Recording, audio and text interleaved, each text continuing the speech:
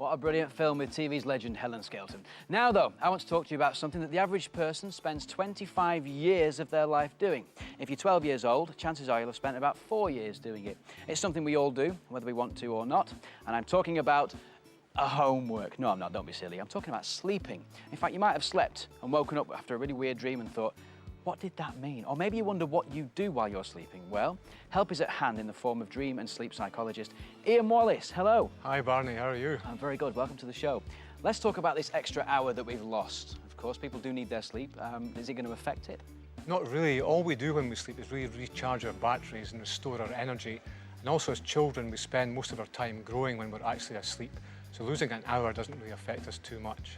Well, one person it will affect, and I know this for a fact, this guy needs more sleep than anybody I've ever met. This is real footage, by the way. This is actually Andy in bed asleep.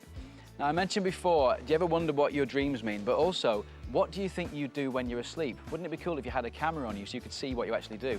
Just so happens we left the camera recording for quite a while Andy was asleep. Just take a look at what Andy does while he's asleep. He's going to love me for showing this.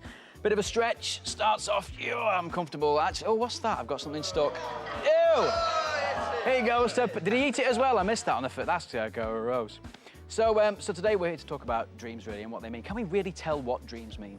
Yes, we can. Dreams are a language, Barney. They're a language of pictures and images. And by understanding those pictures, then we can understand our dreams.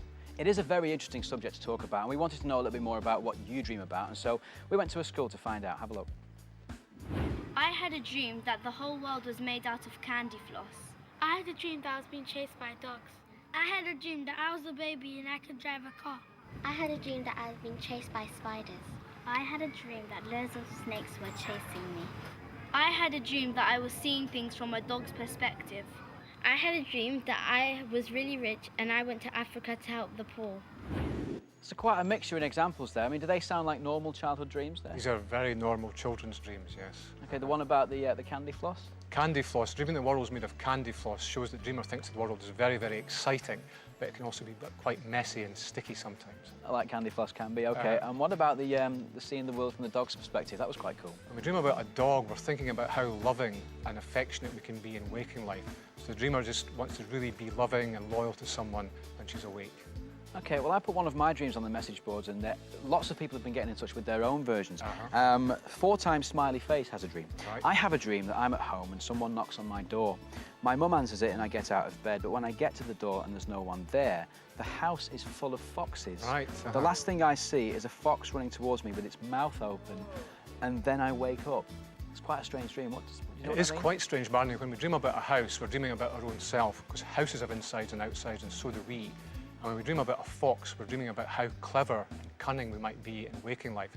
So this dreamer has an opportunity in waking life to do something very clever and very creative. It sounds quite like a children's story. You would expect the fox character to be that cunning and sly character in the story. Do we all make the same symbolisation with everything that we see in our dreams? Yes, it's completely universal. So dogs are loyal, cats are independent, foxes are clever. OK, how about this one? Olivia says she dreamt she was sitting on a mountain of peas and masses of gravy was put... Yeah, you might... Well, Barky's hungry today, you can tell. Gravy, I know, he's a northern dog. Apparently gravy was poured all over her while she was sat on a mountain of peas. What does that mean? That's a fabulous dream. So being on a mountain of peas is all about potentials, possibilities and probabilities in waking life. And it's going to be a very tasty experience with all that gravy being poured over them. I love this stuff. It's great, isn't it? Now, I'm sorry to gate crash the sleepover. It's all right. But we actually sent Barney to bed with a plate full of cheese because it's one of those things people say, isn't it? Because if you eat cheese before you go to bed, you'll have a nightmare. But is there any truth in that, Ian? Not really. The problem with cheese is it's quite fatty, so it's hard to digest. So when we're asleep, digesting cheese at the same time makes us restless and makes us wake up more. So we just remember our dreams a bit more when we've eaten cheese before we go to bed. Yeah, Did it affect you, Barney? Not really, just gave me smelly breath, really. It wasn't the best cheese I've ever had. You said it, not me. One good thing about that, though, about this extra hour is it gives you time to play with gadgets, doesn't it? Shall I talk about that? Can I do?